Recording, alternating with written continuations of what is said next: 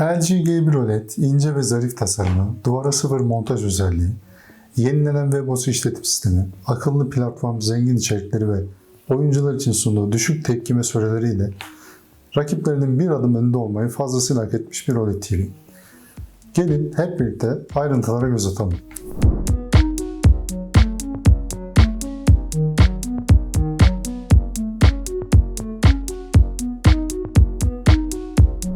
G1 serisi 55, 65 ve 77 inç boyutlarında üretilmiştir.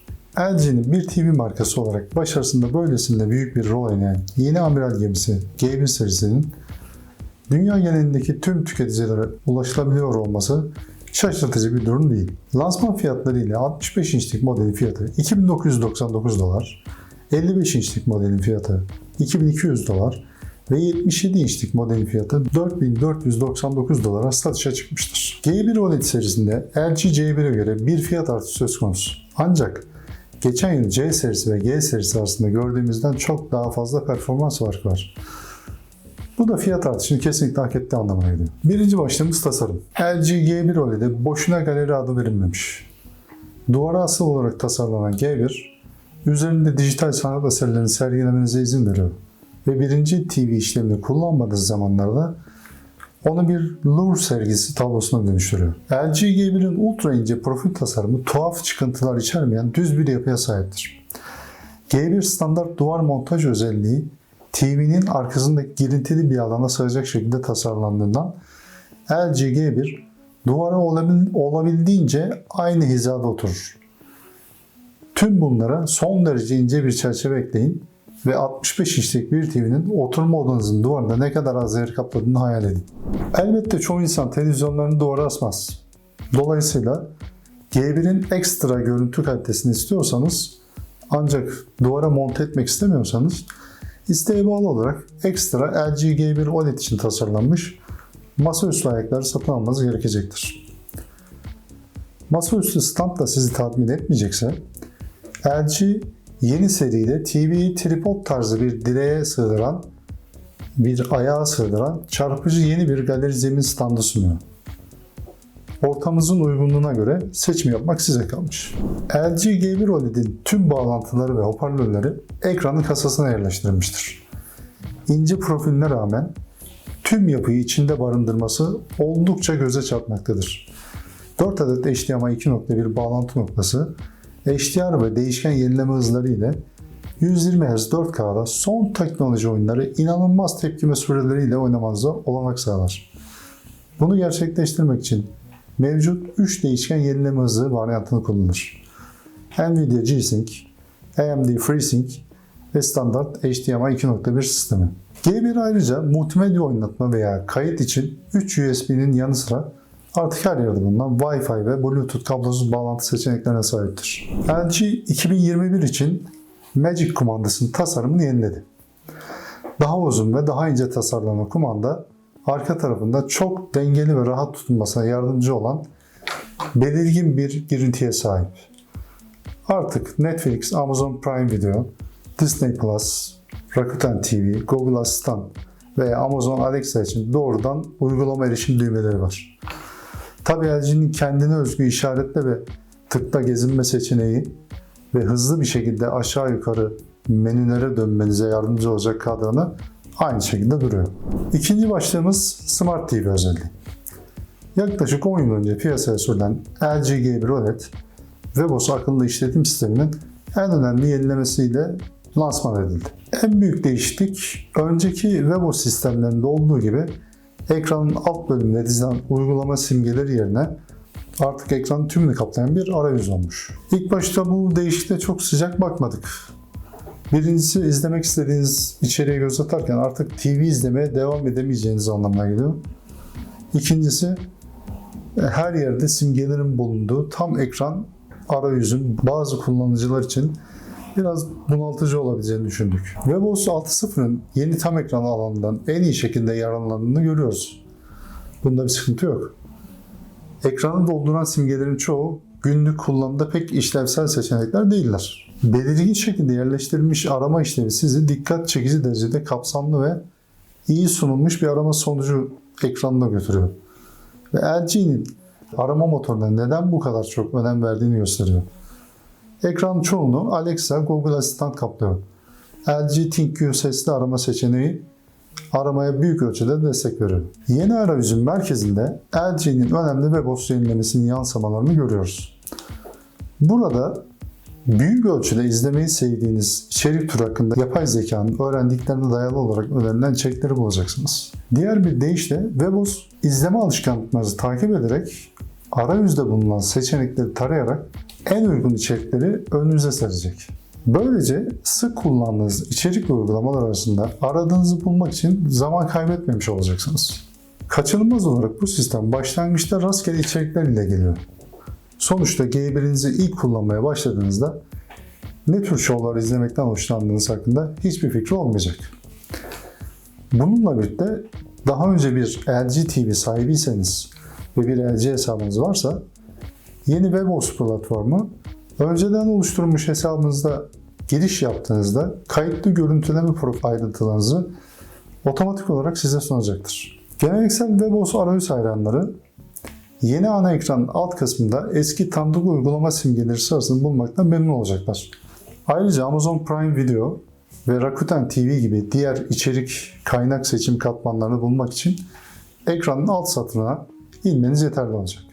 Tüm bunlara TV'nin resim ayar menülerinin iyi niyetli ama bazı yerlerde oldukça kafa karıştırıcı olan yeniliklerini de eklersek webOS 6.0'ın eski sürümün güncellenmiş hali yerine yeni bir işletim sistemi gibi göründüğünü söyleyebiliriz. Son olarak bu yeniliklere iyi bir haber eklemek gerekirse Birleşik Krallık'ta Free-to-Play desteğinin 2020 LG TV'lerden kaldırıldığını biliyoruz. Bu versiyonda desteğin geri döndüğünü sizlere müjdelemiş olalım. Üçüncü başlığımız görüntü kalitesi. LG G1 OLED'in IO paneli, LG'nin yıllardan beri OLED TV teknolojisinde yaptığı en önemli donanım değişikliğidir. Bu yol boyunca çok sayıda küçük yenilemeli donanım iyileştirmesi olmadığı anlamına gelmez. IO panel bize göre wow etkisi yaratacak kadar yüksek bir revizyon değil. Ancak görüntülerdeki değişiklik kesinlikle fark ediliyor ve işleri çok daha iyiye götürdüğünü söyleyebiliriz. LG IO G1 OLED'i yüksek dinamik aralıklı görüntüler örnek alındığında diğer LG OLED panellere göre çok daha performanslı bir hale getiriyor. IO panel daha verimli çalışmasını sağlayan yeni malzemeler kullanmaktadır. Bu güç tüketimini arttırmadan veya en önemlisi ekranın kalıcı ekran yanmasına maruz kalma olasılığını arttırmadan daha yüksek parlaklık seviyelerine ulaşabileceği anlamına gelir. Kendi ölçümlerimizde %10 beyaz HDR penceresinde 870 nitin biraz üzerinde en yüksek parlaklık değerini gördüğümüzdür. Bu geçen yılki GX aralığının 754 nitine göre küçük ama dikkate değer bir gelişmedir. Ve canlı görüntü ön ayarından standarda geçtiğimizde en yüksek parlaklık 100 nit kadar azalır. Bununla birlikte G1 parlaklık iyileştirmesinin GX'e göre kapsamı tüm görüntü ön ayarlarında %10 ila %20 arasında olmaktadır. HDR görüntülerin yoğun parlak kısımları önceki LG TV'lerde gördüğümüzden biraz daha fazla yoğunluğa sahip. Hem çıplak ampuller, meşaleler, sokak lambaları gibi yapay ışık kaynakları hem de cilt, cam veya metal üzerindeki yansımalar gibi doğal ışık kaynakları için aynı ölçüde geçerlidir. Kabarık beyaz bulutlar ve tabii ki doğrudan güneş ışığı sahneleri bunlara örnek gösterilebilir. IO panelin ekran parlaklığında yaptığı artış LG OLED'in geleneksel siyah seviyesindeki başarısına da olumsuz bir etki yaratmadı. Karanlık sahneleri GX serisinden biraz daha iyi işlediği için bu sahnelerde daha fazla ayrıntı ortaya çıktığını gördük. Ve 2020 modelinde ara sıra ortaya çıkan anlık parlaklık dengesizliklerinin ve titremelerin hemen hemen hepsini giderdiğini görüyoruz. Tam parlak HDR görüntüleri eşit derecede iyi sunan IO paneldeki yeni özel bir yeşil katman renk hacmini geliştirir ve OLED'in HDR kimlik bilgilerini daha da yükseltir. Yine de bazı premiumlarda mümkün olan parlaklık seviyelerinin biraz altına düşse bile LCD TV'lerden kat be kat üstün olduğu ortadadır. Yerel ışık kontrolü ve kontrast söz konusu olduğunda LCD paneller OLED ile rekabet edemezler. LG G1 OLED'in IO paneliyle ilişkili donanım iyileştirmelerini gerçek başarısı olarak nitelendirsek de yeni Alphaline Gen 4 Yonga setinin sağladığı önemli bir görüntü işleme iyileştirmesini de göz ardı etmemeliyiz. Genellikle 24 FPS kaynaklarla ilgili oluşan titreme ve bunun sonucunda oluşan yapay akıcı görüntü sorununu sinematik hareket işleme seçeneğiyle çok sayıda işlem yapmadan mükemmel şekilde çözdüğünü gördük. Bir diğer büyük işlem iyileştirmesi LG'nin AI Picture Pro modu ile birlikte geliyor. Bu hangi çözünürlükte olursa olsun her zaman en iyi ekran sonuçlarını sunmak için yapay zeka tabanlı otomatik görüntü geliştirme seçeneğini sizlere sunuyor. 2021'in LG OLED TV'ler için bu görüntü işleme seçeneğinde çok sayıda yeni iyileştirmeler getirildi. Bunlardan en önemlisi farklı manzara türlerine özel görüntü kurallarını tanımlamak veya uygulamak yerine görüntüyü ayrı ayrı ele alan ve tüm görüntüyü eşit şekilde işleme tabi tutan bir iyileştirme seçeneği oldu. Bu yeni gelişmeler oldukça dikkat çekicidir ve her kaynağa önemli bir netlik, özellikle yükseltilmiş HD kaynaklarına canlılık, derinlik ve dinamizm katmaktadır. Daha da iyisi, yeni AI Picture Pro sistemi önceki sürümlerde oluşan tüm istenmeyen işleme yan etkilerini ortadan kaldırarak bunları yapar. Düşük işlem oranına sahip orijinal görüntüleri seven bir izleyiciyseniz AI Picture Pro'yu kapatabilirsiniz. Ancak biz bunu denemeye değer olduğunu düşünüyoruz. Dördüncü başlığımız ses kalitesi. LG G1 OLED gibi süper ince tasarıma odaklanan herhangi bir TV'nin endişesi kasasında düzgün bir hoparlör sistemi tutmak için yeterli alana sahip olmamasıdır. Setin AI Sound Pro moduna bağlı kalmanız şartıyla LG G1 OLED ile böyle bir sorunuz olmayacak. AI Sound Pro ses işleme desteği LG G1 OLED hoparlörlerin yeteneklerinin sınırlarını zorlar. Hatta sınırlı kanal kaynaklarını sanal yükseklik kanallarıyla tamamlamış bir 5.1.2 düzenlemesine kadar yükseltebilir. Tabi bunu yeni Alpha 9 Gen 4 işlemci sayesinde gerçekleştirir. Bunun sonucunda TV'nin dar biçimde bakarak hayal edildiği cihazdan daha fazla ham ses, daha fazla ayrıntı ve çok daha yüksek ses sahneleri üreterek oldukça iyi iş çıkardığını kulaklarınıza şahit olursunuz. Ses sistemi odanıza uygun akustik yaratması için sesi tutarsızlaştırmadan sağ ve sol olduğu kadar yukarı doğru da istikrarlı bir şekilde yayılır. AI Sound Pro modu ile ilgili tek sorun bas seslerin olduğu sahnelerdir. Herhangi bir inatçı gürültü veya diğer derin bir ses oldukça temiz olan işlemlerde belirgin bir vızıltıya neden olabilir. Maalesef ki bu dikkat dağınıklığını gidermek için yapabileceğiniz hiçbir şey yok. LG G1 OLED'in Dolby Atmos performansı da hayal kırıklığı yaratıyor. TV'nin mevcut hoparlörlerinden oldukça etkili birçok kanallı ses duygusu yaratırken aynı zamanda da çok sessiz ve ölçülü bir ses veriyor. Bu sorun özellikle Dolby Atmos'un genellikle patlamasını beklediğimiz film sahnelerinde fark ediliyor. 5. başlığımız oyun modu.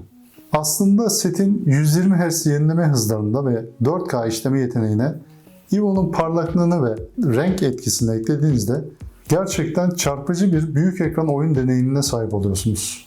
LG ayrıca tüm 2021 OLED TV'ler için yeni bir oyun optimize ediciyle oyun deneyimini geliştirdi.